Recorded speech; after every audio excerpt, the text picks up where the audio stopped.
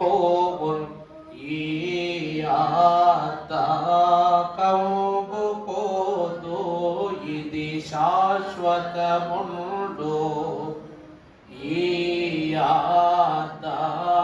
కంబు పోదు ఇది శాశ్వతముండు. దేవుని యొక్క మహా ఘనమైన కృపను బట్టి దేవదేవుని యొక్క కృపా సమాధాన హస్తమును ఆత్మ ధన్యతగా ధరింపజేసిన తండ్రి యొక్క కృపా బహుమానమే ఈ క్రిస్మస్ పండుగ కనుక దైవజనులు అంటూ ఉన్నారు, క్రిస్మస్ అన్న పండుగ చేసుకున్న మెండుగా మానవాత్మ నిండుగా చేయకున్నా ఈ పండుగ జరిగించుకున్న ప్రతి ఒక్కరూ మెండుగా చేసుకోవాలట. అన్ని పండుగల కంటే మెండుగా ఈ పండుగ జరిగించాలి. రెండవది, ఈ పండుగ చేసే వారి యొక్క ఆత్మ నిండుగా ఉండాలి. అలా లేకపోతే ఈ పండుగ చేసిన దండగే అంటున్నారు. యేసుక్రీస్తు ప్రభువు యొక్క జనన విధమును చూచినట్లయితే ఆయన తల్లి అయిన మరియా తనను వివాహము చేసుకొనవలసిన ప్రధానము చేయబడిన యోసేపునకు ప్రధానం ఇవ్వబడిన ఈ స్త్రీ పురుషుడిని తాకనిదై కళంకము లేనిదై ఉన్న ఈమెకు పరిశుద్ధాత్మ ద్వారా గర్భఫలము లభించెను. దేవుని ప్రియమిత్రులారా, క్రిస్మస్ పండుగ అనే పదం రాగానే అంతమాటు యేసుక్రీస్తు ప్రభు గురించే. ఇంకా క్రిస్మస్ లో ఎవరు ఉండరంటారా? ఎవరిని గుర్తు చేసుకోకూడదంటారా? ఎన్నో వర్తమానాలు వింటున్నా. ప్రభువుకు ఆశ్రయం ఇచ్చినటువంటి బెత్లెహేముల గురించి వాక్యంలో వింటున్నాం. పశువుల తొట్టెల గురించి వింటున్నాం. ఆ కాలంలో ప్రభువును చంపడానికి చూసిన హేరోదుల గురించి కూడా మనము నేర్చుకుంటున్నాం. కానీ ప్రభువు తల్లిదండ్రులై ఉన్న మరియా యోసేపులను గురించి చాలా అంటే చాలా తక్కువ వాక్యాలు వింటాం. అవునా కాదండి? ఇది నిజమా కాదా? దైవజనులు దేవదాసయ్య గారు అన్నారు, క్రిస్మస్ అనగా ఆచరణ అన్నారు. క్రిస్మస్ అంటే ఏమిటండి? ఆచరించాలంటే క్రిస్మస్ తప్పక ఆచరించవలసిన పండుగ. ఈ ఆచరణ 3 లక్షణములతో ఆచరించాలట. మొదటిది విధేయత. మొదటిది ఏమిటండి? విధేయత. రెండవది యథార్థత. మూడవది చూచినట్లయితే సమర్థత. ఈ 3 లక్షణాలు ఏమిటండి? క్రిస్మస్ను విధేయతతో ఆచరించాలి. అంటే ఈ పండుగ క్రీస్తునకు సంబంధించినది కాదు, క్రీస్తునకు విధేయులైన వారు చేసుకొనుచున్న పండుగ. క్రిస్మస్ అంటే ఏంటండి? క్రిస్మస్ అన్న పండుగ చేసుకున్న మెండుగ. ఇది తలంపు ఎవరికి ఉంటదంటే విధేయులకు ఉంటది. ఆ రెండవది యథార్థవంతులట. యథార్థవంతుడు స్తుతి చేయుట. చెప్పండి, స్తుతి చేయుట యథార్థవంతులకు అనగా ప్రియులారా, ఈ క్రిస్మస్ స్తోత్రారాధన లేక స్తుతి ఆరాధన క్రమమును మనము చూస్తే యథార్థవంతులైనటువంటి వారు ఈ పండగ చేసుకుంటారట. నిజమే, యేసుక్రీస్తు ప్రభు యొద్దకు వచ్చిన పక్షి కానివ్వండి, చెట్టు కానివ్వండి, పుట్ట కానివ్వండి, చివరికి సాతానుడు కూడా ప్రభువును చూడడానికి వచ్చాడంటే నమ్మకం లేకుండా వస్తాడా?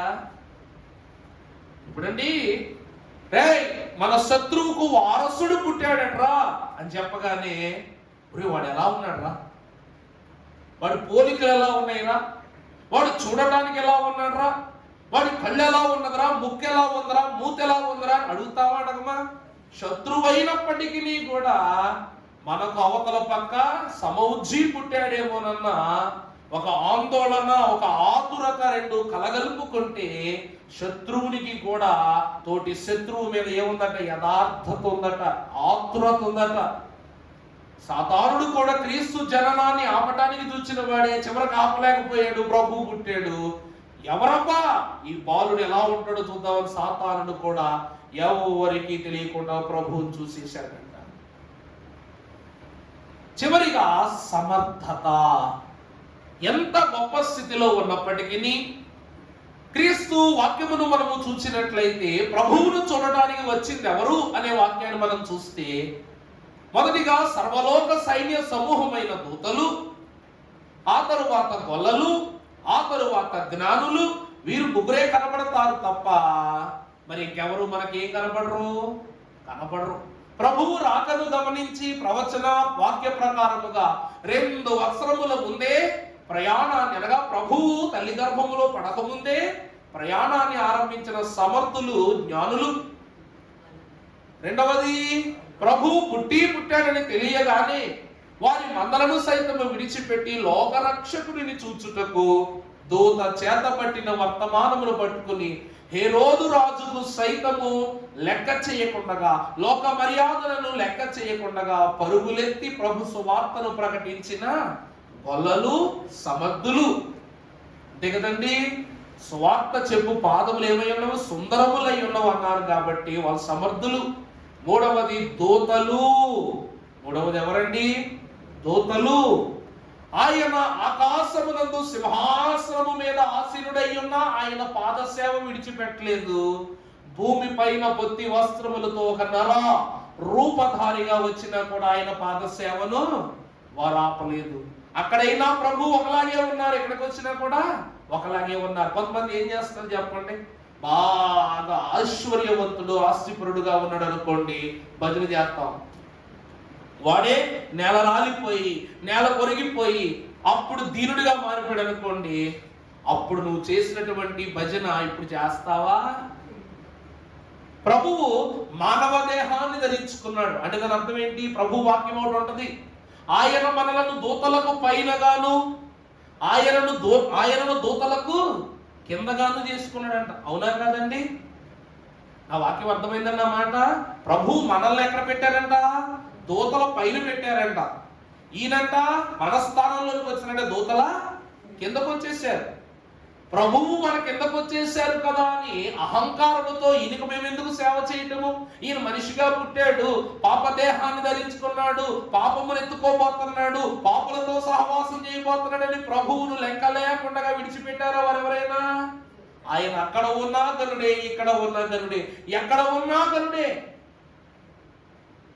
అందుకే దైవజనులు పాటలు అంటూ ఉంటారనమాట, దేవదూతలైన వారట స్తుతి చేయుట ఆరంభించినది, అనగా సృష్టి ఆరంభము మొదలుకొని సృష్టి అంత్యము వరకు కూడా ప్రభువును స్తుతిస్తూనే ఉంటారట. ఏ కాలమునైనాను స్తుతి ఆపుట సాధ్యము కాని స్థితి ఎవరికంటే దేవదూతలదే. అందువలన ఈ దేవదూతలు కూడా స్తుతి చేయుటలో సమర్థులు. వారు ఏమంటున్నారండి? ప్రభువు అక్కడ ఉండటం వల్ల ఆయన గొప్పవాడు కాదు, ఆయన ఎక్కడ ఉంటే ఆ చోటంతా గొప్పదే. అవునా కదా? సర్వలోక సైన్య సమూహము ఆ దూత తోడ, ఆ దూత కూడా తోడ నుండి సర్వోన్నతమైన స్థలములలో దేవునికి మహిమయు ఆయనకిష్టులైన మనుషులకు భూమి మీదే ఏం జరగబోయిందంట? సమాధానము అంటుంది. దేవుని ప్రియమిత్రులారా, వారు పరలోకమున దేవుని ఒకలాగే ప్రకటించారు, భూలోకము పైన కూడా ప్రకటించారు దేవుని మహిమను. వీరు సమర్థులు. ఈ 3 లక్షణాలు ఉన్నవారు క్రిస్మస్ పండుగను ఆచరించుటకు సమర్థులై ఉన్నారు. ఇక వీరందరూ సమర్థులు మరి యేసుక్రీస్తు ప్రభువును గర్భమున ధరించుకుని బెత్లెహేము వరకు వచ్చి బెత్లెహేములో ప్రసవించి ఆయనకు నూతనమైనటువంటి జీవ రూపమునిచ్చినటువంటి మరియమ్మయు యోసేపులు, మరి వీరిరువురు ఎవరండి? మొదటిదిగా మనము చూస్తే ప్రియులారా, వీరు క్రిస్మస్ ను ఆచరించినటువంటి మొట్టమొదటి మానవులు. వీళ్ళు ఎవరంటండి? క్రిస్మస్ ను నిజముగా ఆచరించే మానవులు.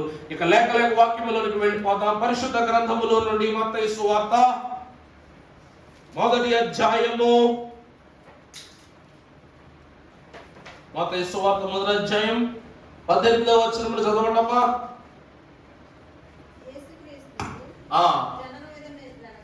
యేసు క్రీస్తు జనన విధమెట్లనగా ఆయన తల్లి అయిన మరియా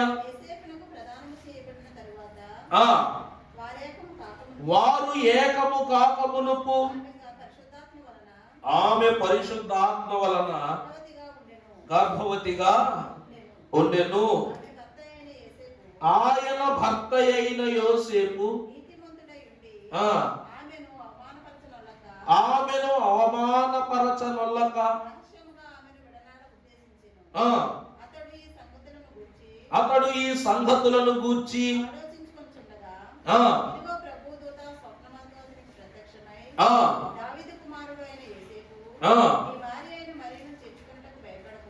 చాలండి. అమలారా, దేవుని ప్రియమిట్లారా, ఈ లోకములో యేసుక్రీస్తు ప్రభు భూమి మీద పుడుతున్నాడు అన్నది ఒక ప్రశ్న అయితే, ఎవరికి పుడతారన్నది అసలు ప్రశ్న. నా మాట అర్థమవుతుందండి?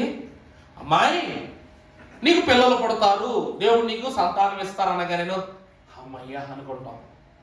ఎప్పుడు కడుపులో పిల్లోడు అంటాడు అన్నీ ఉంటా తెలుసా? మగ పిల్లోడా ఆడపిల్లోడా అనుకుంటాం. పిల్లలు పుట్టరు అంటే బాధ, పుడుతున్నారు అనగానే అమ్మయ్యా దేవా. గర్భంలో పిండం రూపం పడగానే అయ్యగారు ఆడపిల్ల వద్దండి, ఒక పిల్లడు ఉంటాలని ప్రార్థన చేయండి. ఎందుకు నెత్తి మీద ఇక్కడ ధ్యానం చేస్తాక?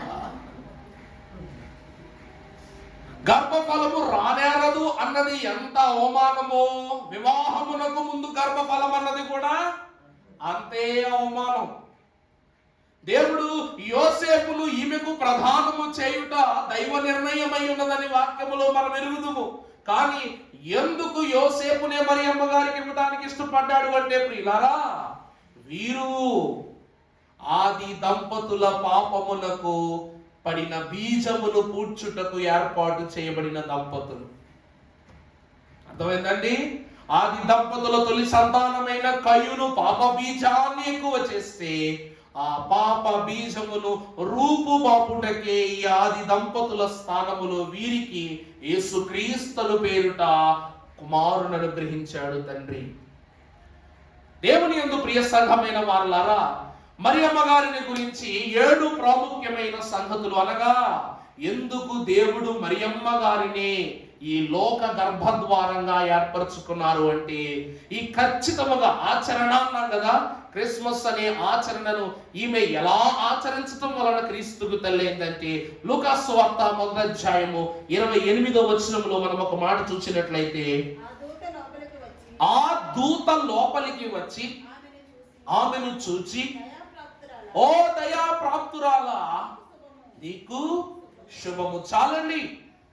దేవుని యందు ప్రియబిడ్డలారా, ఇక్కడ వాక్యమును మనము చూసినట్లయితే, ఆ దూత లోపలికి వచ్చి, ఓ దయాప్రాప్తురాలా, నీకు శుభము అంటూ ఉంది. అంటే ఆ దూత లోపలికి వచ్చింది అంటే దూత బయట నుండి వచ్చింది అని అర్థం. వచ్చిన ఆమె దయాప్రాప్తురాలా, నీకు శుభము అంటూ ఉందంటే ఈమె ఖచ్చితముగా ప్రార్థనలో ఉన్నట్లే. మరి అమ్మగారు ఏం చేస్తున్నారంటండి? అవునా కాదా? ప్రభువు ఎదుట ప్రార్థించుచున్నప్పుడే ప్రభు వాళ్ళ కోసం ఎదురు చూస్తాం మనం. దానియేలు ప్రార్థించాడు, గుహలో ప్రార్థించాడు, సింహం ఎదుట ప్రార్థించాడు, నీకు శిక్ష పడుద్దని చెప్పినా ప్రార్థించాడు. చివరికి దానియేలు తన ప్రార్థనలో తనున్నప్పుడు తన ప్రార్థనా పనులు తనున్నాడు, దోతొచ్చి సింహాల నోళ్లను కట్టివేసింది. అలాగే మరియమ్మ గారు కూడా దినమునకును ప్రార్థనా స్థితిలో బలపడుతూ ఉన్నప్పుడు దూత ఆమె యొద్దకు వచ్చింది. అంటే ఎంతో జాగ్రత్తగా, అందుకే దైవజనులు దేవదాసయ్య గారు అంటారు, ప్రార్థన చేసుకునేటప్పుడు తలుపులు వేసుకుని ప్రార్థన చేసుకోవాలంట. ఎందుకంటే నువ్వు ప్రార్థించుకునే స్థలములో పరిశుద్ధులు కూడా మోకరించి ఉంటారు. అలా ప్రార్థించుకునే వారు ఎప్పుడు తలుపులు తీసి ప్రార్థించకూడదు. ఎందుకంటే ఆ స్థలములోనికి పరిశుద్ధ ప్రవేశము జరిగింది గనక పాప ప్రవేశము జరగకుండా నీ తలుపులకు నువ్వు గడిపెట్టాలి. నీ హృదయమైన తలుపులు తెరచి నీ గది తలుపులను మూసినట్లయితే దేవుడు నీ హృదయములోనికి వస్తాడు, సాతానుడు నీ ఇంటి తలుపు బయట ఉండిపోతాడు. అర్థమైందండి? ఈమె తలుపులను మూసుకొని దేవుని వైపు ఆశగా ప్రార్థన చేస్తున్నప్పుడు దేవదూత తలుపు లోపల నుండి లోపలికి వచ్చి, దయాప్రాప్తురాలా, నీకు శుభము. ప్రియులారా, మరియమ్మ గారు ప్రార్థనా పరురాలండి. ఈమె మొదటి లక్షణం ఏమిటండి? ఈమె గొప్ప ప్రార్థనా పరురాలు. అపోస్తలుల అపోస్తుల కార్యముల గ్రంథం 10వ అధ్యాయం 3వ వచనములో దేవుని యొక్క వాక్యము సెలవిస్తూ ఉంది. 10వ అధ్యాయం 3వ వచనం చదవమ్మా. అమ్మా, పగలు ఇంచుమించు 3 గంటల వేళ దేవుని దూత అతని యొద్దకు వచ్చి కొర్నేలి అని పిలుచుట దర్శనమందు తేటగా అతనికి. ప్రభువునందు ప్రియులారా, కొర్నేలి మహాభక్తుడు 10వ అధ్యాయం అపోస్తుల కార్యముల గ్రంథములో అతడు ప్రతిరోజు 3 గంటలకు ప్రార్థన చేస్తాడంట. చూసారా, వాక్యంలో సమయంతో సహా చెప్పేస్తున్నారు భక్తులు. 3 గంటలకు ఇతడు ప్రార్థన చేసుకుంటుంటే యెహోవా దూత ఆయన యొద్దకు వచ్చి కొర్నేలి అని పిలుస్తూ ఉంది. ఆ సమయమునకు ఆ దూత పిలిచిన సమయము అక్షరాల 3 గంటలు. మరియమ్మ గారు కూడా వేకువ జామున ప్రార్థన చేసుకుంటాడు. ఈమె దగ్గరికి వచ్చి, దయాప్రాప్తురాలా నీకు శుభము. ఎందుకు ఈమె దయాప్రాప్తురాలైందంటే, మరియమ్మ గారికి తప్ప మరియమ్మ గారి ముందున్న ఏ స్త్రీకి కూడా దేవుని దయ లేదు. పాత నిబంధనలో ఏ తల్లికి కూడా ఏమి లేదండి, దేవుని దయ లేదు. గర్భఫలము మీద ఏమి లేదు, దయ లేదు. కారణం ఏమిటంటే, దేవుడు శారమ్మ గారికి ఇచ్చినటువంటి వరములో ఆమెను దయాప్రాప్తురాలను చేయను ఉద్దేశించారు. కానీ ఆమె యొక్క చిరునవ్వు ప్రభువు యొక్క వరాన్ని ఏం చేసిందంట, తమ గర్భఫలాన్ని అడ్డగింపజేసిందట. అందుకే దైవజనుడు దేవదాసయ్య గారు అన్నారు, తలపు సరిగా ఉంటే తలుపులు తెరుచుకుంటాయన్నారు. నీ తలంపు సరిగా ఉంటే గర్భపు తలుపులు ఏమవుతాయి, తెరుచుకుంటాయి. దేవుడు అప్పుడే గర్భఫలం ఇవ్వడానికి వచ్చి తన తలంపులో ఉన్న మాట శారమ్మకు చెప్పగానే తన తలంపు నవ్వుకుంటుంది. అప్పుడు ఏమైపోయినాయి, తలుపులు చాలా కాలం మూసుకుపోయినాయి. నువ్వెందుకు నవ్వుతున్నావు? నేను ఎవరిని? యెహోవాను. నేను సర్వ శరీరులకు దేవుడును. నాకు అసాధ్యమైనది ఏదైనా ఉందా అన్నారా లేదా ప్రభువు? ఇర్మియా గ్రంథంలో అంటారు ఈ మాట. నేను అసాధ్యమైనది ఏదీ లేదు నాకు అన్నారు. అయినా సరే నువ్వు నన్ను చూచి నవ్వావు. నేను ఇచ్చిన వరాన్ని నువ్వు సందేహపరిచావు కాబట్టి నువ్వు నవ్విన దానికి ప్రతిగా నీ తలంపు ఎప్పుడు శుద్ధి అయితే అప్పుడే నీ తలుపులు తెచ్చుకుంటాయి. ఆమె తలంపు శుద్ధి అవడానికి ఆమె ముసలి వయసులో వంగిపోయే స్థాయికి దిగడారిపోయింది. అయినా సరే దేవుడు ఇచ్చడా లేదా? ఇప్పుడు దూత మరియమ్మ గారి దగ్గరికి వచ్చి, దయాప్రాప్తురాలా నీకు శుభము, ప్రభువు నీకు తోడై ఉన్నారు, ప్రభు యొక్క గర్భఫలము నీకు అందించారు, నీకు మంచి కుమారుడు పుడతాడు, ఆయన సర్వోన్నతుని కుమారుడు అనబడతాడని చెప్పగానే ఏం చెయ్యాలి?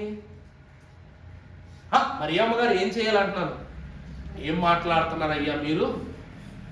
నేను కన్యకను, వివాహముగా అందాను, రేపో మాపో నా పెళ్ళి ఉంది, మీరేంటి ప్రభు మహిమ నా మీద నా గర్భఫలం అంటారేంటి?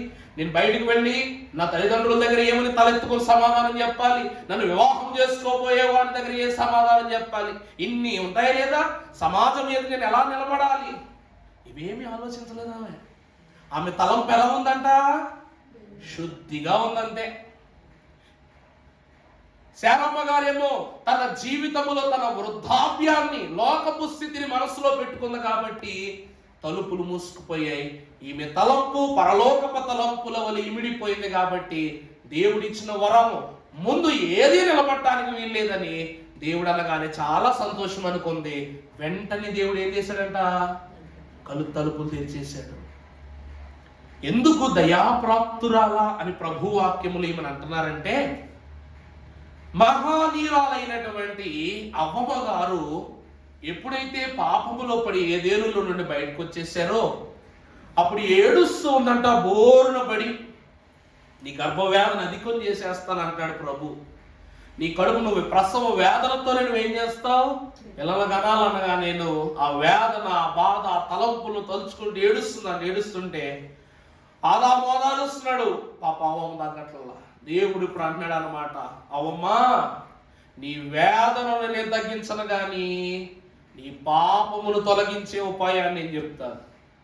ఈ పాపమును పరిహారము చేయటం నిమిత్తం నేను మనుష్య కుమారునిగా ఈ లోకాన్ని ఉద్భవిస్తాను అని చెప్పగానే అవ్వమ్మ మనస్సు చాలా కుదుట పడిపోయి అనుకుందంట, అయ్యో ఎంత సంతోషం నాకు, ఎందుకంటే నా పాపము తొలగిపోవటానికి పెద్ద సమయం ఏం పట్టదు. కారణం ఏంటి?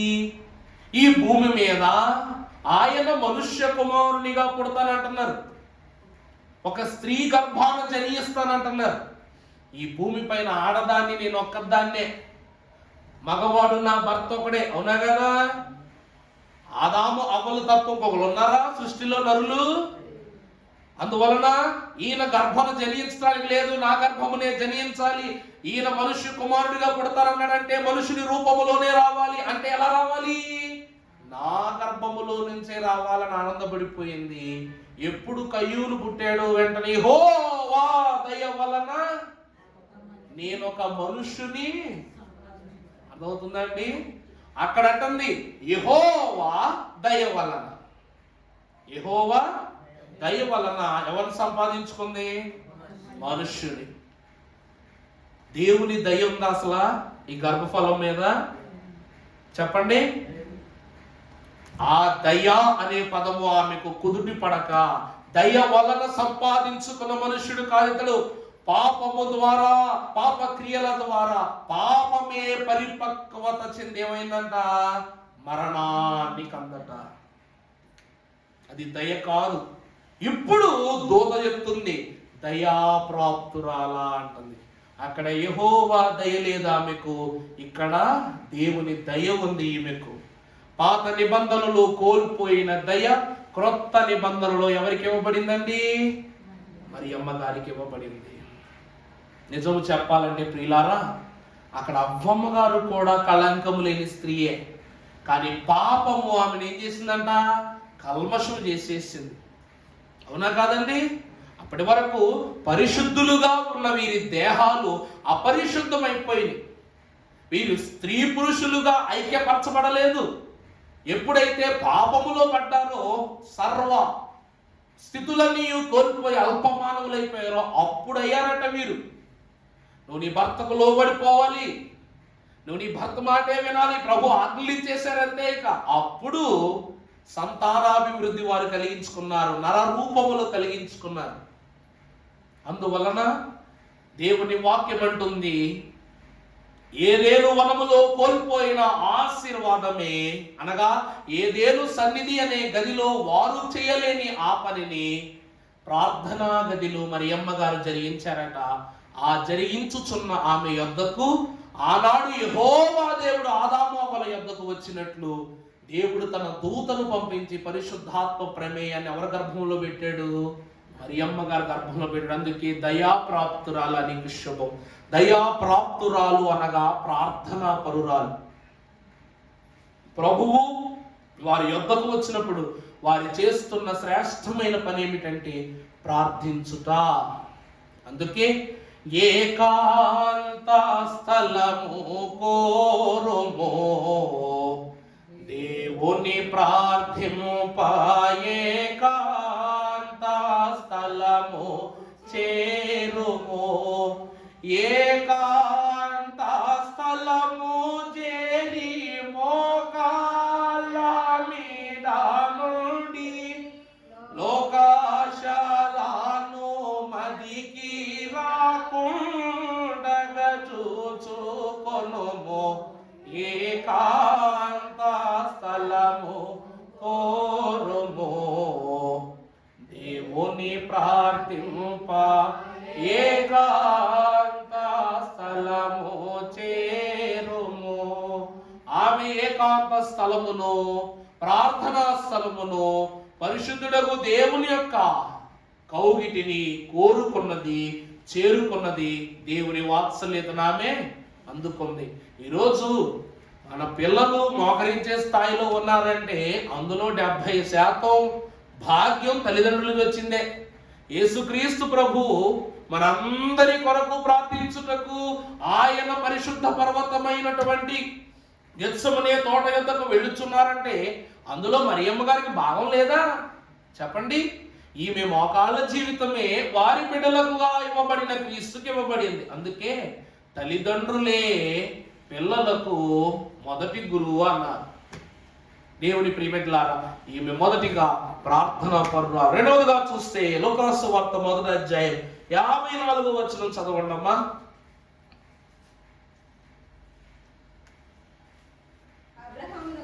అబ్రహామునకు సంతానమునకు అతని సంతానమునకును యుగాంతము వరకు తన కనికరము చూపి జ్ఞాపకము చేసుకొందునని మన పితరులతో సెలవిచ్చినట్టు ఆయన తన సేవకుడైన ఇశ్రాయేలునకు సహాయము చేసెను. ప్రభువునందు ప్రియబిడ్డలారా, మరియమ్మ గారిని దేవుడు ఏర్పాటు చేసుకోవటానికి గల కారణం ఏమిటంటే, మరియమ్మ గారు వారి చుట్టాల గృహంలో ఉందట.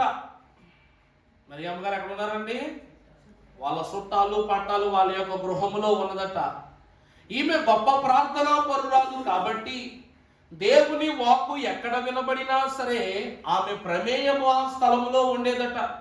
మనము తర్వాతి వచనంలో చదువుకుంటే, అంతటా మరియ ఇంచుమించు 3 నెలలు ఆమెతో కూడా ఉండి పిమ్మట తన ఇంటికి 3 నెలల కాలము తన యొక్క బంధువుల యొక్క గృహమునందు ఆమె నివాసము చేసినప్పుడు ఆమె ఒక బోధ చేసిందంట. అబ్రహామునకును అతని సంతానమునకు యుగాంతము వరకు తన కనికరము చూపి జ్ఞాపకము చేసుకొందునని మన పితరులతో సెలవిచ్చినట్టు. ఇవేమంటుందంట? మన దేవుడు సామాన్యుడు కాదు. దేవుడు తన గర్భఫలములో పడటానికి ముందు మన గర్భములో రూపింపబడిన ఏ పిండమునైనను కూడా యుగాంతము వరకు దేవుడు రక్షిస్తానని చెప్పాడు అబ్రహాము సంతతి వారమైన మనము. అర్థమైందా అండి? ఆ నమ్మిక ఎంత గొప్ప నమ్మిక!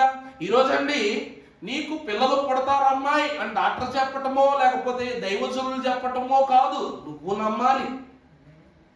అవునా కాదండి?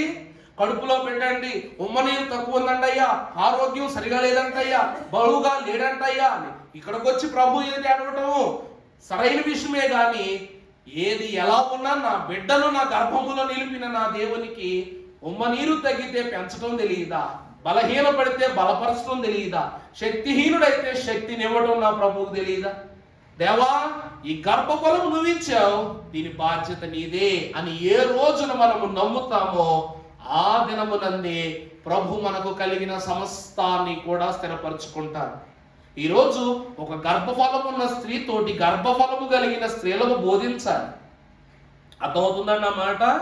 ఎందుకంటే ప్రభువును గర్భమునందు ధరించుకున్నటువంటి మరియమ్మ గారును, యోహానును గర్భఫలముగా ధరించిన ఎలిజబెత్ అమ్మగారును ఇరువురు కూడా ఎదురు పడినప్పుడు ఏం మాట్లాడుకుంటున్నారంట?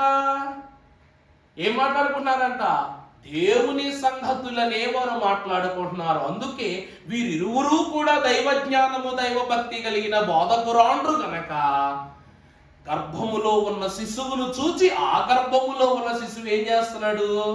గంతులు వేస్తూ ఉన్నాడు. అంటే గర్భములోని బిడలకు దేవుడు అంటే ఏమిటో నూరిపోయగలిగే తల్లుల మాదిరి మనం ఉండాలి. ఈమె గర్భములో ఉన్న యేసు క్రీస్తు ప్రభువుకు బోధకురాలై ఉన్నది. అక్కడ రాశారు లేదా? 3 నెలల కాలం మరియమ్మ గారు ఉన్నారని చెప్పారు అక్కడ. ఈ 3 నెలల కాలము కూడా అందరూ అంటున్నారంట, మరియమ్మ మరియమ్మ. మనకు తెలిసినంత వరకు ప్రభు గర్భములో పడటం, బెత్లెహేములో ప్రభు జన్మించటం. మరి మధ్యలో 9 నెలలు ఉన్నాయి. మధ్యలో ఏమున్నాయండి? 9 నెలలు ఉన్నాయి. ఈ 9 నెలలు చుట్టాలింటి దగ్గర, బంధువుల ఇంటి దగ్గర, స్నేహితుల ఇంటి దగ్గర, ఎలిజబెత్ అమ్మ గారి ఇంటి దగ్గర కూడా వీరు సహవాసం చేశారు. అక్కడ ఉన్న వాళ్ళందరూ అంటున్నారు, అమ్మా నీ గర్భములో పుట్టబోయేదో దేవుని కుమారుడు అని అంటున్నావు. దేవుని కుమారుడు ఈ లోకానికి వచ్చి సర్వమునకు రాజు అవుతాడంటే ఈ లోకము ఊరకేమో ఉండనిస్తుందా? నీ బిడ్డని కడుపులను పురిటిలోనే హతమార్చడానికి చూడడా హేరోదు? ఇవన్నీ వాళ్ళు భయపెడతా ఉంటే ఏమంటుందంట, అబ్రహాము సంతానమునకు తన జ్ఞానము చేత కనికరము చూపించిన దేవుడు నా బిడ్డ విషయంలో నన్ను జ్ఞాపకం చేసుకోకుండా ఉంటాడు అనుకుంటున్నావా అంటుంది. అంటే ఈమె లోకమునకు దేవుని ఔన్నత్యాన్ని బోధ చేసిన బోధకురాలు. అందుకే దేవదాసయ్య గారు అన్నారు, మరియమ్మ గారు వాక్యము తెలిసిన వారు. మరియమ్మ గారు ఎవరంటండి? మొదటిగా వాక్యమును తెలిసిన వారు, రెండవది వాక్యమును బట్టి జీవించిన వారు, మూడవది వాక్యమును బోధించిన వారు. చూసారు అక్కడ బోధ చేసింది ఆవిడ. బోధించిన వారు. నాలుగవది బోధించిన ఈమె వాక్యమును ధరించిన వారు. ఈమె వాక్యాన్ని ఏం చేస్తుందని గర్భములో ధరించిన వారు. ఐదవది వాక్యమును మోసిన వారు. ధరించడమే కాకుండా 9 నెలల వాక్యాన్ని ఏం చేస్తున్నామే మోసిన వారు. చివరిగా వాక్యమై ఉన్న దేవునిని ఈ లోకానికి అందించిన వారు. అందుకే దేవుని వాక్యమా ఈమె ఎవరు అనగా వాక్యము బాగుగా తెలిసింది. ఈ రోజు వరకు మనకే వాక్యం తెలియదు. మన బిడ్డ గురించి తల్లి కంటే ఎవరికి బాగా తెలుసు? బిడ్డల గురించి తల్లి కంటే బాగా ఎవరికి తెలుసు చెప్పండి? నీ బిడ్డ ఏ సమయాన్ని తింటాడో తెలుసు, ఏ సమయాన్ని నిద్రపోతాడో తెలుసు, ఏ సమయానికి లేవాలో తెలుసు. వాడు నిద్రించినది మొదలుకొని మేలుకొనే వరకు, తిరిగి వచ్చే వరకు నీ ఆశ అంతా బిడ్డ మీద పెట్టుకుంటాం. అలాంటిది వాక్యమును మోసినది, దాచినది, ధరించినది, బోధించినది, అందించినది అయ్యున్న ఈమెకు యేసుక్రీస్తు ప్రభు యొక్క అవగతములు తెలవా?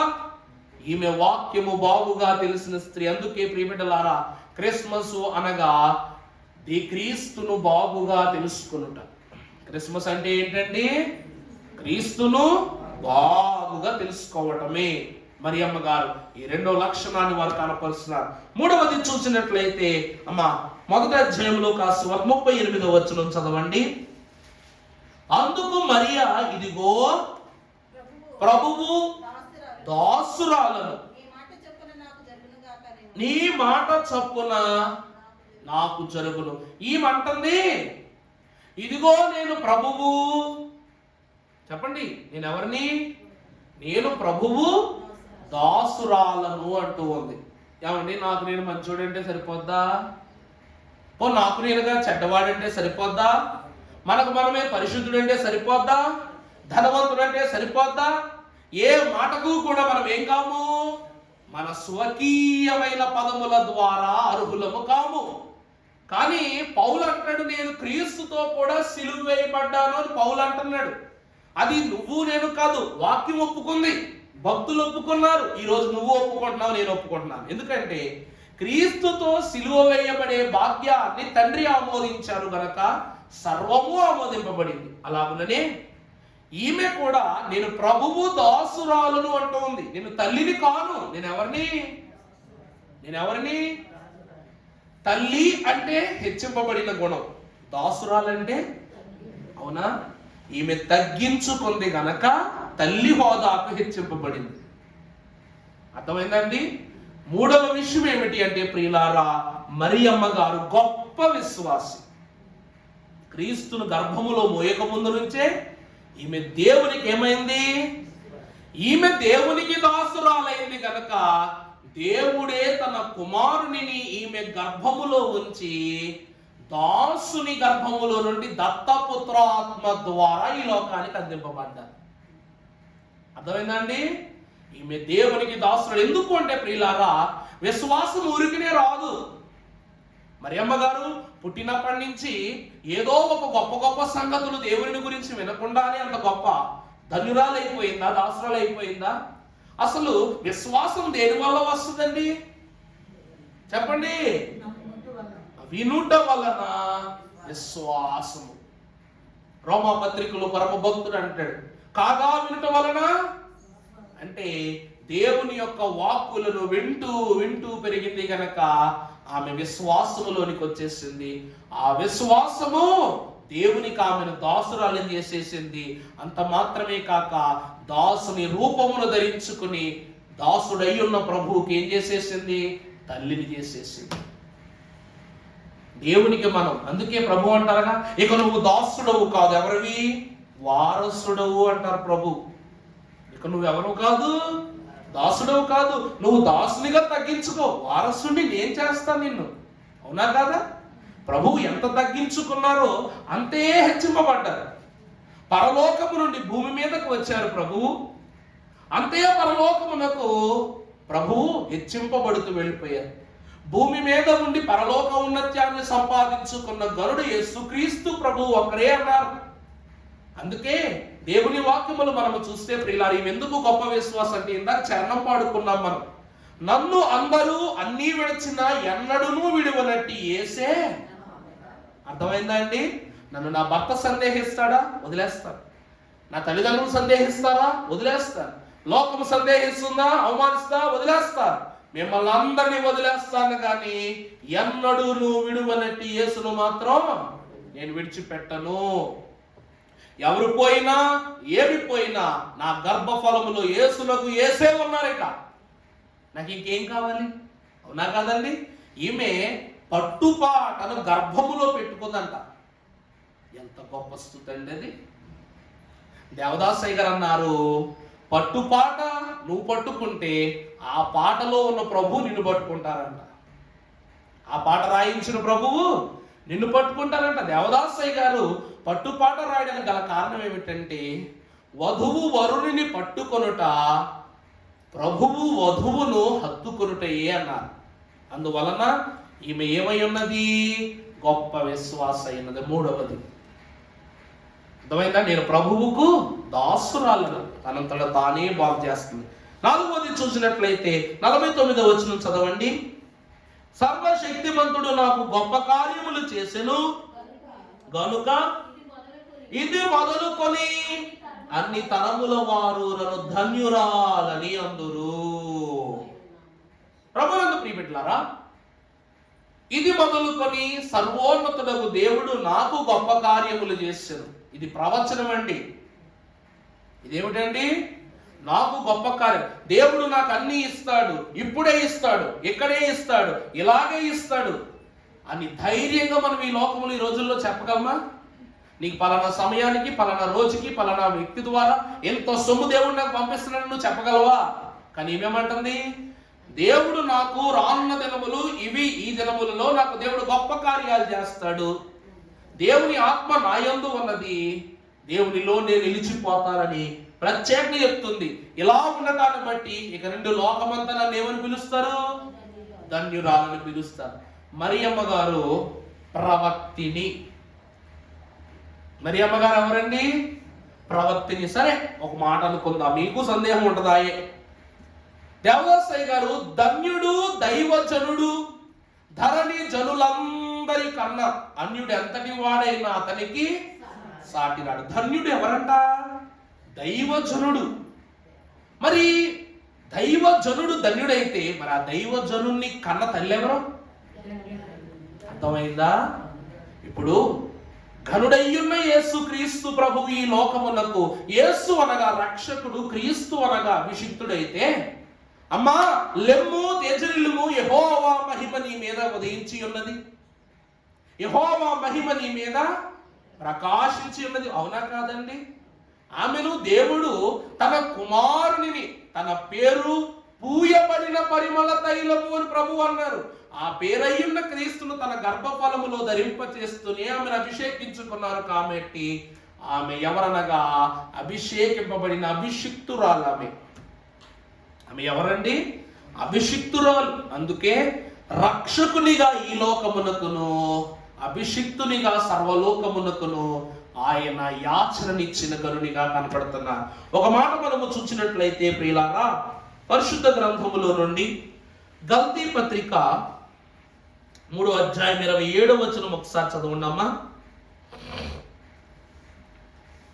గలతీ పత్రిక 3వ అధ్యాయం 27వ వచనం. క్రీస్తులోనికి బాప్తిస్మము పొందిన మీరు అందరూ, బాప్తిస్మము పొందిన వారందరూ కూడా క్రీస్తును ధరించుకున్నారు. అంటే ఎవరైతే బాప్తిస్మం తీసుకుంటారో వారు క్రీస్తును ధరించుకుంటారు అన్నది. ఇందులో యూదుడని లేదు, దాసుడని స్వతంత్రుడని లేదు, స్త్రీ అని లేదు, యేసుక్రీస్తునందు చాలా. ఏమండి, యేసుక్రీస్తు ప్రభు సిలువెత్తుకున్నారని గుడ్ ఫ్రైడే చేసుకుంటున్నావు, పునరుద్ధారుడయ్యాడని ఇష్ట పండుగ చేసుకుంటున్నావు. సిలువను ఎత్తుకోవడం అంత కష్టమా చెప్పండి? చాలా. నిజమేనంటారు? అయితే ప్రభువు ఎంతసేపటి నుండి ఎంతసేపటి వరకు సిలువెత్తుకున్నారంటారు? మనం పండగ 9 గంటల నుంచి 3 గంటల వరకు చేసుకుంటాం కదా. ప్రభు మోసిన సమయం, తర్వాత ప్రభు వేలాడిన సమయం మొత్తం కలుపుకుని ఒక 7-8 గంటలు వేసుకుందాం, అంతే కదండి. ప్రభు సిలువ భుజం మీద పెట్టుకుని ఒక 2 గంటలు నడిచారు, 9 గంటలకు సిలువ వేశారు, 3 గంటల వరకు ప్రభు సిలువ మీద ఉన్నారు, మరణించారు. అలాగా ఎన్ని గంటలు? 8 గంటలు. 8 గంటలు సిలువ మోసిన యేసుక్రీస్తు ప్రభువుకే నువ్వు మంచి శుక్రవారాన్ని సమర్పణగా చేసి స్తుతిస్తే, 9 నెలలు సిలువ మోసిన ప్రభువును, సర్వలోక పాప భారాన్ని గర్భములో మోసిన ఈవిడెవరండి మరి? 1 కాదు 2 కాదు, ఎన్ని నెలలు? 9 నెలలు. ప్రభువుని గురించి మనం పాడుకుంటాం ఏమని? ఆయన మీద ఉమ్మి వేశారని, తిట్టినను మరల వారిని తిట్టడాయను, కొట్టినను మరల వారిని కొట్టడాయను, తను చంపు జనుల ఎడల దయను చూపెను, చెన్నుగా దొంగను రక్షింప చేయి చాపెను. ప్రభువు సిలువ మోస్తున్నప్పుడు కొట్టారట, తిట్టారట, బాధ పెట్టారట. మరి కన్య గర్భమును ధరిస్తే సన్మానం చేస్తారా? కన్యక గర్భాన్ని ధరిస్తే ప్రశంసిస్తారా? 9 నెలలు.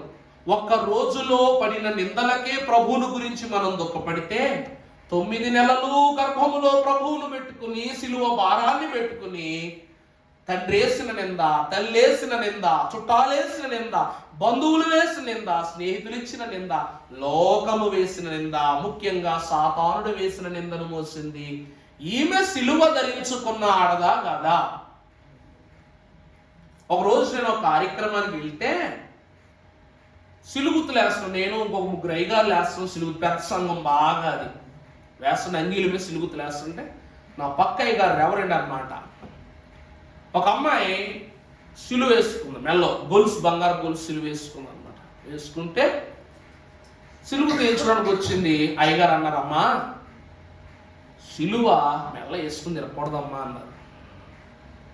ఆ పిల్ల వెంటనే ఏమని తెలుసా? యాజకుడు ఆ రోజు నేను యాజకున్నా, ఆమె నాకు యాజకురాలు అన్న రేంజ్లో అయిపోయాడు అనమాట.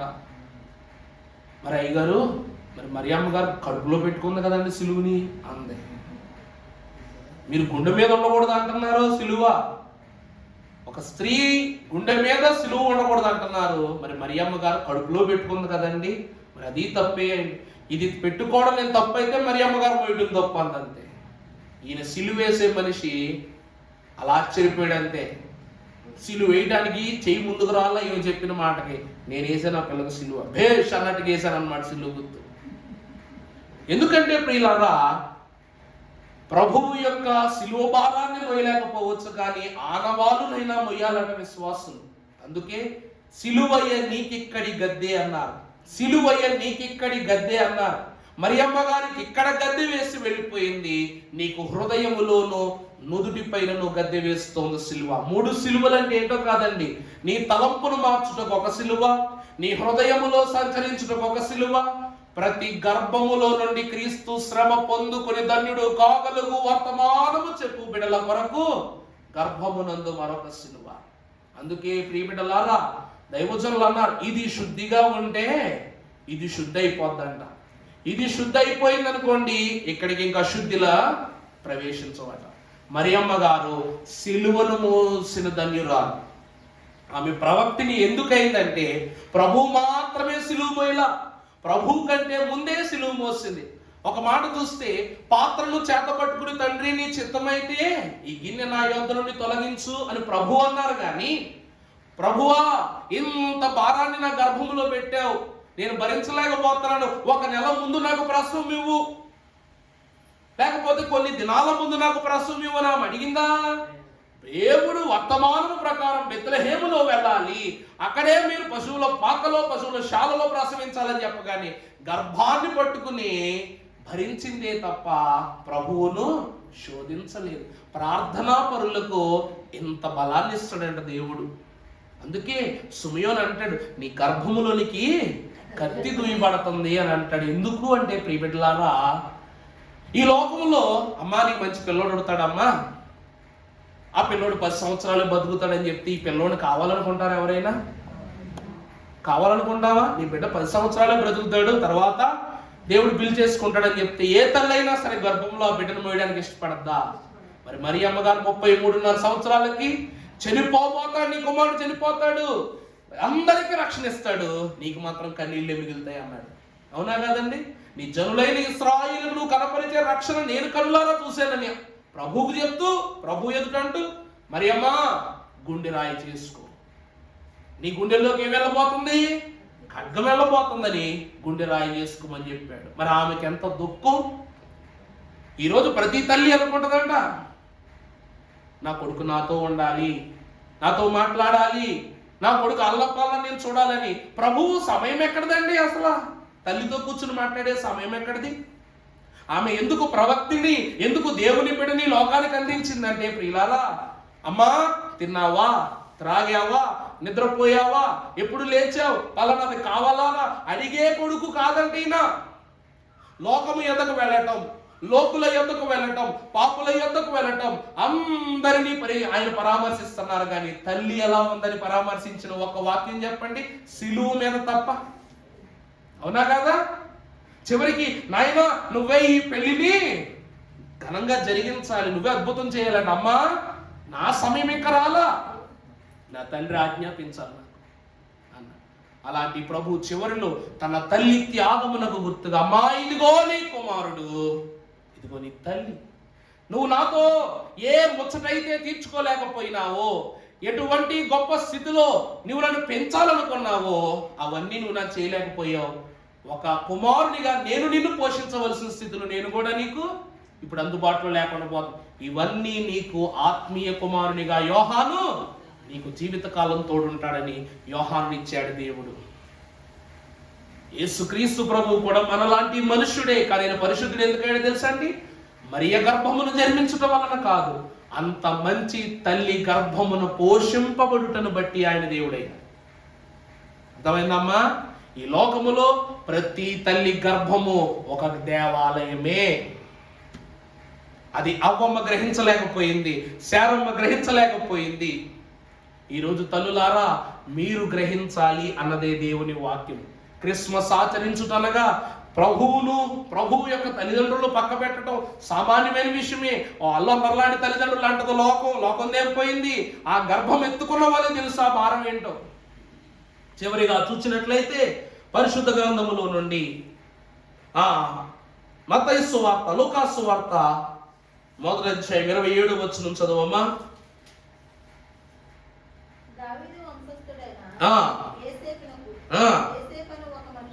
మనుషునికి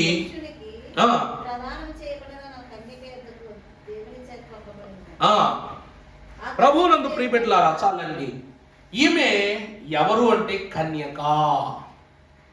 యోసేపు అనేటువంటి పరిశుద్ధునికి ఇవేం చేయబడింది? నీతిమంతునికి ఇవేం చేయబడింది? ప్రదానం చేయబడింది. ఈమె కన్యక. ఈమెలో ఈ 5 గుణాలు ఇమిడిపోయి ఉండటము ఒక ఎత్తు అయితే, ఇవి కన్యత్వములో ఈమె భద్రపరుచుకోవటం మరొక ఎత్తు. కన్యకగా జీవించు వారిలో ఇన్ని శుభ లక్షణాలు ఉండడం అనేది తాత్కాలికమైన విషయం కాదు. అందుకే దేవుడు ఎప్పుడు కూడా దైవజనులతో చెప్పడం, దైవజనులు మనతంటారు, మీరేం చేస్తారు అబ్బాయి, మీ బిడ్డలు చేస్తారు చూడండి అన్నారు. దీన్ని 2 రకాలుగా వాడుకోవచ్చు మనం. ఎలా తెలుసండి? మీరే పాపాలు చేశారు అబ్బాయి, మీ పిల్లలు చేస్తారు చూడండి, ఇదొక మెట్టు. రెండవది, మీరే ప్రార్థించారు అబ్బాయి, మీ బిడ్డలు ప్రార్థిస్తారు చూడండి. ఇది మనం మంచికి తీసుకుంటే ప్రార్థనా పరులు అవుతాం, చెడుకు తీసుకుంటే పాపులం అవుతాం. అవునా కాదండి? అందుకే అంటాడు, మీ పితరుల యొక్క పరిమాణాన్ని మీరు పూర్తి చేయండి. మీ పితరులు ఏం చేశారు? పాపమే చేశారు. మన పితరులు పాపం చేశారని మనం మనసులో పెట్టుకుంటే పాపాలు చేస్తాం, పరిశుద్ధులుగా జీవించారని మనసులో పెట్టుకుంటే ప్రార్థన చేస్తాం. ఇదే దేవుని వాక్యం అంటుంది. ఈమె కన్యక. ఎందుకు అనగా ప్రియులారా, ఈమె పరిశుద్ధురాలు. ఎందుకంటే ప్రభువు అవ్వమ్మ కడుపులో పుట్టలేదని తెలియగానే సాతాను గుండెలో రాయబడిందని పాపం. అప్పటి నుండి ప్రతి స్త్రీని వెతుక్కోవడం ప్రారంభించేశాడు సాతానుడు. నేను స్త్రీ ద్వారానే పుట్టించిన ఈ పాపాన్ని స్త్రీ గర్భము నుండే తొలగిస్తానన్నాడు కదా ప్రభువు. ఎలా తొలగిస్తాడు? ఎవరు అంత ధన్యురాలైన స్త్రీ రోజుల్లో పుట్టేదని వెతుక్కుంటాడని పాపం. వెతుక్కుంటుంటే ప్రతి స్త్రీ పాపంలోనే ఉంది, ప్రతి స్త్రీ దోషములోనే బతుకుతుంది. పాత నిబంధన చరిత్ర అయిపోయింది. క్రొత్త నిబంధన ఆరంభము కాబోతున్నప్పుడు, ప్రభు జన్మముతోనే క్రొత్త నిబంధన ఆరంభం కాబట్టి మరియమ్మ గారు నజరేతు పురానికి వచ్చాడంటే ఇతడు సాతానుడు. వస్తే ఆ ఊరును చూశాడంట. చూడటానికి కడు దారిద్రములో ఉన్న గృహాలు, భయంకరమైన మనుషులు, భయంకరమైనటువంటి జీవితాలు చూడగా నేను నా పాపము పురుడు పోసుకుంది ఎక్కడేనేమోనని వెళ్ళిపోయాడంట. అక్కడి నుంచి నేను పుట్టించిన పాపము పురుడు పోసుకున్న స్థలం ఇదేనేమో బహుశా, అలా ఉంది ఈ ఊరు అని వెళ్ళిపోయాడంట. ఎందుకంటే నజరేతు అనగా చెడిన భూమి. నజరేతు అంటే ఏంటండి? చెడిపోయిన భూమి. పోనీ భూమి చెడిపోతేనే మనుషులన్నా బాగుంటారని మరియమ్మ గారి దగ్గరికి వచ్చి చూస్తే ఆమె పేరేంటంట? మరియమ్మ అనగా మారా ప్లస్ అమ్మ. మారా అంటే చేదు, చేదు స్వభావము కలిగిన స్త్రీ. ఊరులోనూ మంచి లేదు, పేరులోనూ మంచి లేదు. ఇక మనిషి మాత్రం ఎందుకు మంచిగా ఉంటది? వెళ్ళిపోయాడు వదిలేసి. అందుకే దైవజనులు అన్నారు, అనుకొనని కాలము, అనుకొనని సమయము, అనుకొనని వ్యక్తులు, అనుకొనని జననం అన్నారు. ప్రభువు ఏమిటండి? ఇప్పుడు పుడతారని ఎవ్వరూ అనుకోలేదు, ఇక్కడ పుడతారని ఎవ్వరూ అనుకోలేదు, వీళ్లకు పుడతారని కూడా ఎవ్వరూ అనుకోలేదు. అప్పుడు ప్రభు జన్మము జరిగిన తరువాత సాతానుడు తల బాదుకోవటం ప్రారంభించాడు. అందుకే మరియమ్మ గారు అట్ట మాత్రమే చూశాడు. జీవితంలో పుస్తకం అనే అట్టను మాత్రమే చదివాడు, పేరును మాత్రమే చదివాడు.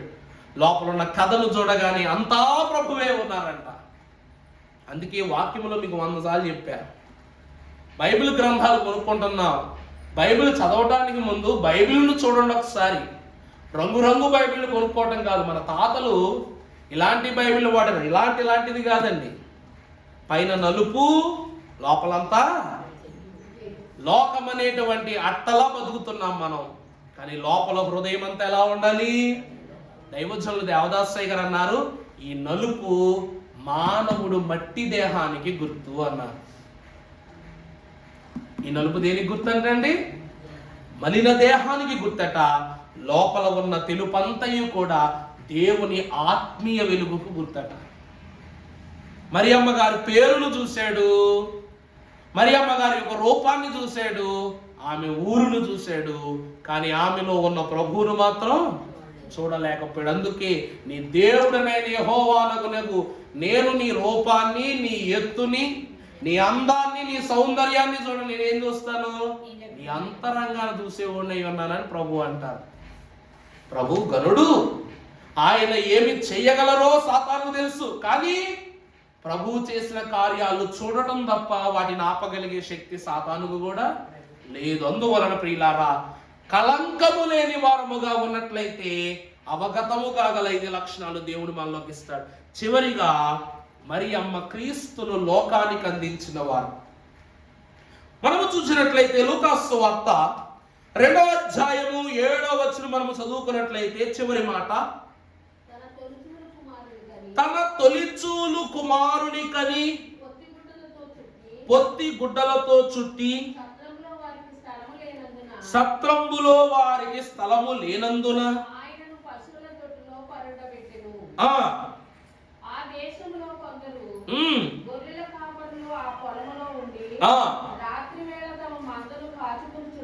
చుండగా చాలండి. మనము క్రిస్మస్ పాటల్లో పాడుకుంటాం, అంత దేవుడు నరుడై వచ్చిన వింత శిశువును జూచుచుమదిని సంతసముదుచు నిశ్శబ్దముగా చెంతన కూర్చుండిన యోసేపు పంక్తిలోకి రండి, యోసేపు పంక్తిలోకి రండి, యోసేపు పంక్తిలోకి రండి. నిజముగా మరియమ్మ నీ గర్భము ఎంత ఘనమైందమ్మా. ప్రభువు ప్రేమను వర్ణించడానికి సృష్టి చాలదు, ఆయన మహిమను వివరించుటకు ఆకాశములు చాలవు, ఆయన ప్రేమను పొందుకొనుటకు హృదయములు చాలవు. అంతటి ప్రభువును ఒక పిండపు ముద్దగా చేసి నీ గర్భములో దాచావు చూడు. అందుకు అంత దేవుడు నీ కడుపులో నుంచి నరుడిగా వచ్చాడు. అంత వింత శిశువును చూచి మనసులో ఆనందపడిపోతాడంట. నేను నా కన్న బిడ్డలకు తల్లిదండ్రులు కాలేదు కానీ నన్ను సృష్టించిన తండ్రికి తండ్రిని కాగలిగాను. యోసేపు ఆనందం ఏంటండి? నేను నా భార్య కూడగా పుట్టిన బిడ్డలను నేను తండ్రి కాలేదు కానీ సర్వలోకమును నన్నును సృజించిన.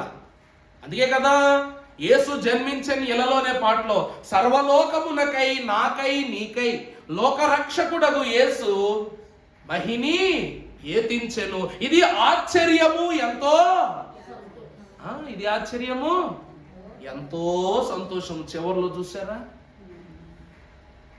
అప్పటి వరకు విచారమే విచారమే విచారమే. ఎప్పుడైతే ప్రభు రాక జరిగిపోయిందో అప్పుడు వెంటనే ఆశ్చర్యము, వెనువెంటనే అంత ప్రభు ఇక్కడ పుట్టడం ఆశ్చర్యమైతే ఆయన నా గర్భమున అనగా మరియమ్మ గర్భమున జనించుట సంతోషం. అందుకే ప్రియులారా, ఈమె ప్రభువును లోకానికి అందించినటువంటిది. దైవజనులు వాక్యమునందు భక్తులు ఊరికనే రాయలేదంట. అపోస్తలుడైన పౌలు భక్తుడు రాస్తాడు, ఇరుకు ద్వారమున ప్రవేశించు వారు విశాలమైన స్థలాన్ని స్వతంత్రించుకుంటారు, విశాల ద్వారము గుండా వెళ్ళే వాళ్ళు ఇరుకు స్థలమును పొందుకుంటారని ఉంది. ప్రభువు ఈ ఇరుకు ద్వారం గుండా వచ్చాడు. ఎక్కడి నుంచి వచ్చాడండి? అంత ప్రభువు ఈ గర్భమనే ద్వారం, ఇరుకు ద్వారం గుండా వచ్చాడు. మనకు విశాలమైన రక్షణ ఇచ్చాడండి. ఇప్పుడు మనము కూడా ప్రభువు అను ఇరుకు ద్వారము గుండా ప్రవేశించి పరలోకమనే పరిశుద్ధ స్థలాన్ని స్వతంత్రించుకోవాలి. అందుకే మరియమ్మ గారే ఈ లోకమునకు, క్రీస్తుకు, మనకు మొదటి ద్వారమై ఉన్నారు.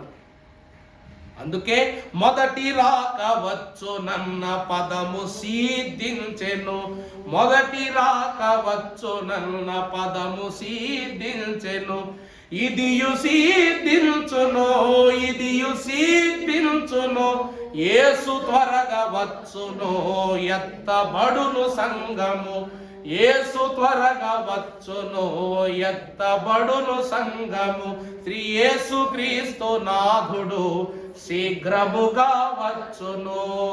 మొదటి పండుగ, మొదటి రాక పండుగ క్రిస్మస్, రెండవ రాక పండుగ రాప్చర్ పండుగ, అనగా రాకడా పండుగ. ప్రభునందు ప్రియులారా, ఈ 7 లక్షణాలు మరియమ్మ గారిలో ఉన్నాయి కాబట్టి నీతిమంతుడైన యోసేపునకు ఈమెను ప్రదానం చేశారు. ఇక యోసేపు గురించి అంటారా? యోసేపు ధర్మశాస్త్రమును బాగా తెలిసినవాడు. ధర్మశాస్త్రము నీతిమంతులకు ఆరోపించబడింది. ఒక మాట చూపించి ముగించేస్తాను. 2వ అధ్యాయం రోమపత్రిక 13వ వచనం చదవండి ఒకసారి. రోమపత్రిక 2వ అధ్యాయం 13వ వచనం. దేవుని దృష్టికి నీతిమంతులు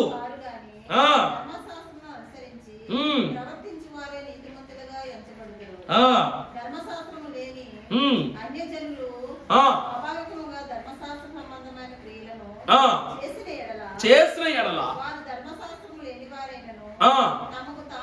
తమకు తామే ధర్మశాస్త్రమును అయినట్టున్నారు. ప్రభునందు దేవుని ప్రియబిడ్డలారా, ధర్మశాస్త్రము వినువాడు దేవుని దృష్టికి, ధర్మశాస్త్రమును నెరవేర్చుటకు వచ్చిన ప్రభువునే గ్రహించిన మరి యోసేపు ఎవరు?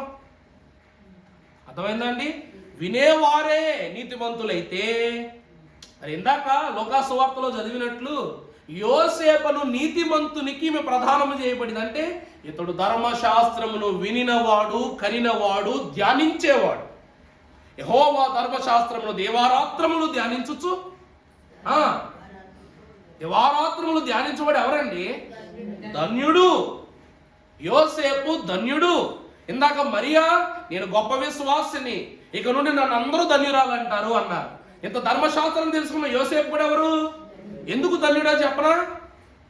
పాత నిబంధన కాలంలో కలల మహారాజు అయినటువంటి యోసేపు ఆనాడు ప్రభు స్వప్నాల ద్వారా పరిష్కారాలు చెప్తే, క్రొత్త నిబంధనలో ఈ యోసేపు దూత ఇచ్చిన స్వప్నము ద్వారా క్రీస్తు జన్మము ద్వారా లోకానికి మేలు కలిగింపజేశాడు. అందుకే ఇతను ఎవరు? నీతిమంతుడు. స్తుతి చేసిన వాడు ఇతడు ప్రార్థనాపరుడు అని తేలిపోయింది. దేవారాత్రములు ధర్మశాస్త్రాన్ని ధ్యానించే నీతిమంతుడని నిర్ధారణ చేసేసాడు పరమ భక్తుడు. ప్రభునందు ప్రియబిడ్డలారా, దేవుని వాక్యములో ఉత్కంఠముగా దేవుని వాక్యం చెప్తుంది, మనం పరిశుద్ధంగా ఉంటే నీ చుట్టూ ఎంత చెత్త చేరి ఉన్నా కూడా మంచిని తీసుకొచ్చి నీ పక్కనే పెడతారు తప్ప జీవితంలో చెడును మన మధ్యకు రానివ్వడు. అబ్రహాము నీతిమంతుడిగా ఉన్నాడు, శారమ్మనిచ్చాడు. ఈమె ప్రభు వరానికి నవ్విందే తప్ప ఎప్పుడూ ప్రభు వరాన్ని సందేహించలేదు. నాకు ఈ వయసులో గర్భఫలం ఏంటి ప్రభు అంది తప్ప, నువ్వేంటి ప్రభువా ఏంటి కామెడీ చేస్తుంటాను ప్రభు మాటను తప్పు పట్టలేదు. ఆమె తగ్గించుకుంది, నేను ముసల్దాన్నని. అందుకే ఆమెకు తలుపులు తెరవబడలేదు. కానీ చివరికి వాగ్దాన పుత్రుని ఇచ్చారు. ఎప్పుడైతే ఇస్సాకుకు వివాహం చేయవలసి వచ్చిందో ఎలియాజరుకు మరీ చెప్పాడు, నా బిడ్డను దేవునిలో పెంచుకున్నాం కాబట్టి అంతటి గనురాల్ని తీసుకురమ్మన్నాడు. ఎలియాజరు ప్రార్థన చేశాడు, రెబ్కమ్మ గారు దొరికింది. వీరిరువురి కలయికలో దేవుడు నాకంటే కావాలి నాకే కావాలని కొట్లాడ పెట్టుకున్న కొడుకులు పుట్టారు ఇద్దరు. వీళ్ళ కడుపులోనే ఎవరి కోసం దెబ్బలాటాడుకుంటున్నారంట? దేవుడు దీవెన నాకు కావాలని దెబ్బలాట ఆడుకుని ఇద్దరు పుట్టారు, ఏశావు యాకోబులు. మరి దీవెన ఒకరికే ఇవ్వాలి కాబట్టి దేవుడు యాకోబుకే ఇవ్వాలనుకున్నాడు. మరి తన వంశావళి స్వతంత్రింపబడాలంటే యాకోబే ఇవ్వాలి. ఇచ్చిన తర్వాత ఏశావు మనసులో ఏమనుకోవాలి, సర్లే నా మైన దేవుని దయలేదు కానీ ఖచ్చితంగా దేవుడు నన్ను పట్టుకుంటాడా లేదా? ఆనాడు నా తండ్రి గారు మరొక వివాహం చేసుకున్నప్పుడు నా తాతగారైన మా తండ్రి గారైన ఇస్సాకును దేవుడు ఎలా ఆశీర్వదించాడు, ఇష్మాయేలీలను కూడా అలాగే ఆశీర్వదించాడు కాబట్టి నన్ను అలాగే దేవుడు ఆశీర్వదిస్తాడు అనుకోకుండా ఏం చేయడంట, మీరు ఎవరిని వివాహం చేసుకోవద్దని చెప్పాడు, వీళ్ళు వాళ్ళని వివాహం చేసుకున్నాడు. ఏశావుకు శోధన. చెడులోనికి ప్రవేశించడంతోనే చెడు నీలోనికి ప్రవేశించేస్తుంది. మరియమ్మ గారు మట్టి అంటనిది మట్టిలో నుండి పుట్టిన మాణిక్యము వంటిది అన్నారు. అందుకే క్రిస్మస్ అనగా ప్రియులారా కానుక. ఒక రోజంట మన ఆలయంలాగే ఒక ఆలయంలో కార్యక్రమం జరుగుతుందంట. ఇది నిజంగా బహు వింతిది. జరుగుతుంటే ఏం జరుగుతుందబ్బా అంటే పండగ జరుగుతుందంట. క్రిస్మస్ పండగ జరుగుతుందంట. అప్పుడు ఆ పక్క గుండా వెళ్తున్నప్పుడు ఈ చప్పుళ్ళు, ఈ సౌండ్లు, ఈ ప్రార్థనలు వినబడేసరికి ఒక కోడి ఇంకొక గొర్రె పిల్ల పక్కకి వెళ్తున్నాయంట. ఊరు అక్కడ ఏం జరుగుతుందిరా అని కోడిని అడిగిందంట. ఏమరా నాకేం తెలుసు అందంట. 10 ఇళ్ళు చూద్దామని చెప్పేసి కోడి గొర్రె పిల్లకి వెళ్ళి అంట. వెళితే ఇక్కడ ప్రార్థన జరుగుతుంది అనగానే అప్పుడు అయ్యగారు కానుక సమర్పణ అన్నారంట. అనగానే వెంటనే అందరూ వారి బైబిల్ తెరిచి లేక బ్యాగులు తెరిచి దేవునికి సమర్పణ ఇస్తున్నారు. అవి దేవుని యొక్క ఔన్నత్యాన్ని తెలుసుకుని మనం దేవునికి ఏమి ఇవ్వాలంటే ఈ కోడి వెంటనే టక చెప్పేసి అక్కడికి వెళ్ళిపోయిందంట. వెళ్ళిపోయి ఏం చేసింది, బలిపీఠం దగ్గర ఒక గుడ్డెట్టు వచ్చేసిందంట. బలిపీఠం దగ్గర ఏం చేసిందంటే ఒక గుడ్డెట్టు వచ్చేసిందంట. ఈ గొర్రెపిల్ల ఏమవ్వాలా, ఇది వెళ్ళిపోయి బలిపీఠం దగ్గర తలకాయ పెట్టి కూర్చుందంట. పాపం, ఒరే ఎంతసేపు కూర్చుంటావు రారా వెళ్ళిపోదాం, ఇంకెళ్దాం రా అంటే లేదురా నా ప్రభువుకు నేను సమర్పించేసుకున్నాను అందంట గొర్రెపిల్ల. అందుకే దేవుని ప్రియబిడ్డలారా, మీకు అనుభవించింది నాకు అర్థమైంది. సమర్పించుకుంటాం అంటే ఒకటి చికెన్ ఒకటి మటన్ అనే కదా. నిజమే, ప్రభునందు ప్రియులారా, తనకు కలిగినది ఇచ్చినది ఒక కోడి, తనను తానే సమర్పించుకుంది గొర్రెపిల్ల. క్రిస్మస్ అంటేనే సమర్పణ. ప్రభువును ఈ లోకానికి ఇచ్చిన తండ్రిది ఒక బహుమానం. ఆయన ఇచ్చింది కానుకే. తండ్రి కొడుకును కానుకిచ్చాడు. మరియమ్మ గర్భాన్ని కానుకిచ్చేసింది. అర్థమైందండి? ఆమె కన్యత్వముతో కూడిన గర్భఫలాన్ని ప్రభువు కానుకిచ్చింది. ఆకాశము నక్షత్రాన్ని కానుకిచ్చింది, తన నక్షత్రాల్లో శ్రేష్టమైన దాన్ని ఇచ్చింది. భూమి బెత్లెహేమునిచ్చింది, బెత్లెహేము పశువుల పాకనిచ్చింది. పశువుల పాకలో ఉన్న పశువులు వాటి తొట్టెను ప్రభువు కానుకిచ్చినాయి.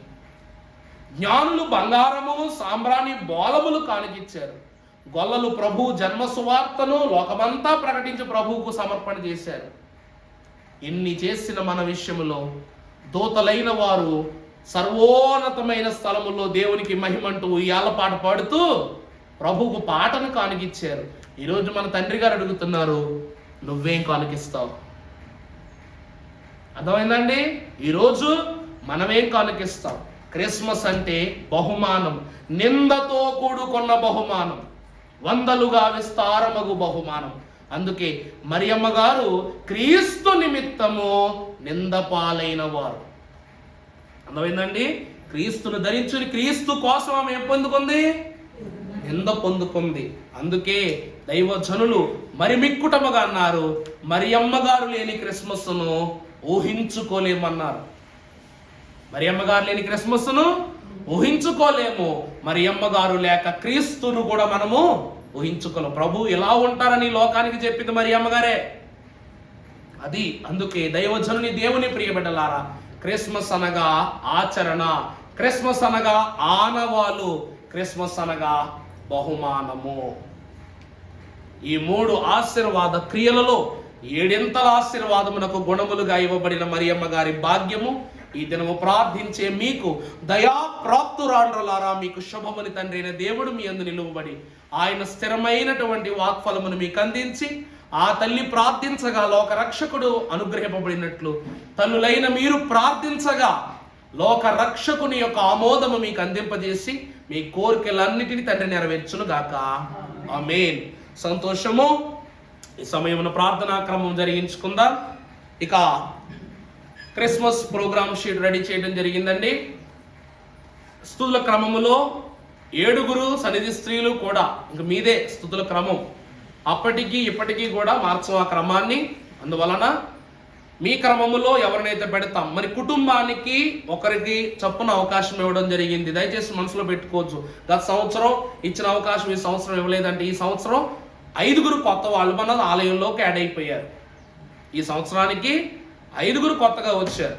అందువలన వారి వారి కుటుంబాల నుండి కూడా ఎలా ఏర్పాటు చేయాలో అలా ఏర్పాటు చేశాం. ఎవరికి ఇవ్వవలసిన పనుల ప్రకారంగానే ప్రోగ్రామ్ షీట్ రాశాం. వాక్యాలు ఎవరికి ఇవ్వాలి, క్రమాలు ఎవరికి ఇవ్వాలి, పాటలు ఎవరు పాడాలి అన్నీ కూడా ఖచ్చితంగా మీ గృహంలోంచి ఒకరైతే వస్తారు. అలా ఏర్పాట్లు చేశాం. అందువలన ఎవరు దయచేసి నొచ్చుకోవద్దు.